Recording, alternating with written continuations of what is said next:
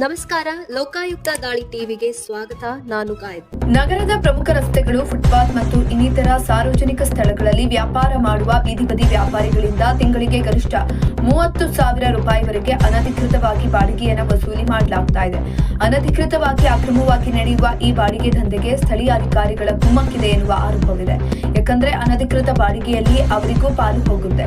ಉದಾಹರಣೆಗೆ, ನಗರದ ಅತ್ಯಂತ ಜನಪ್ರಿಯ ಹಾಗೂ ಹಳೆಯ ಫುಡ್ ಸ್ಟ್ರೀಟ್ ಆಗಿರುವ ವಿವಿಪುರ ಫುಡ್ ಸ್ಟ್ರೀಟ್ ನಲ್ಲಿ ಬೀದಿಯಲ್ಲೇ ವ್ಯಾಪಾರ ನಡೆಯುತ್ತದೆ. ಇತ್ತೀಚೆಗೆ ರಸ್ತೆಯನ್ನ ವೈಟ್ ಟ್ಯಾಪಿಂಗ್ ಮಾಡಲಾಗಿದ್ದು ಬೀದಿ ಬದಿ ವ್ಯಾಪಾರಕ್ಕೆ ಹೇಳಿ ಮಾಡಿಸಿದಂತಿದೆ. ಅನೇಕ ಅಂಗಡಿ ಮಳಿಗೆಗಳು ಇದ್ರೂ ಫುಟ್ಪಾತ್ ಹಾಗೂ ರಸ್ತೆ ಮೇಲಿನ ವ್ಯಾಪಾರ ಜೋರಾಗಿರುತ್ತದೆ. ಹೀಗೆ ಫುಟ್ಪಾತ್ ಮೇಲೆ ವ್ಯಾಪಾರ ಮಾಡುವ ಕೆಲವರು ಹತ್ತಿರದ ಅಂಗಡಿಯವರಿಗೆ ಮಾಸಿಕ ಬಾಡಿಗೆಯನ್ನ ಪಾವತಿ ಮಾಡುತ್ತಿದ್ದಾರೆ. ಈ ಅನಧಿಕೃತ ಬಾಡಿಗೆ ಸಂಗ್ರಹದಲ್ಲಿ ಹಫ್ತಾ ವಸೂಲಿ ಮಾಡುವವರಿಗೂ ತಲುಪ್ತಾ ಇದೆ. ನಿಯಮಿತವಾಗಿ ಹಣ ಪಾವತಿ ಮಾಡದಿದ್ರೆ ಬೀದಿ ಬದಿಯಲ್ಲಿ ವ್ಯಾಪಾರ ಮಾಡಲು ಬಿಡುವುದಿಲ್ಲ ಎಂಬ ಆರೋಪಗಳು ಕೂಡ ಇದ್ದಾವೆ.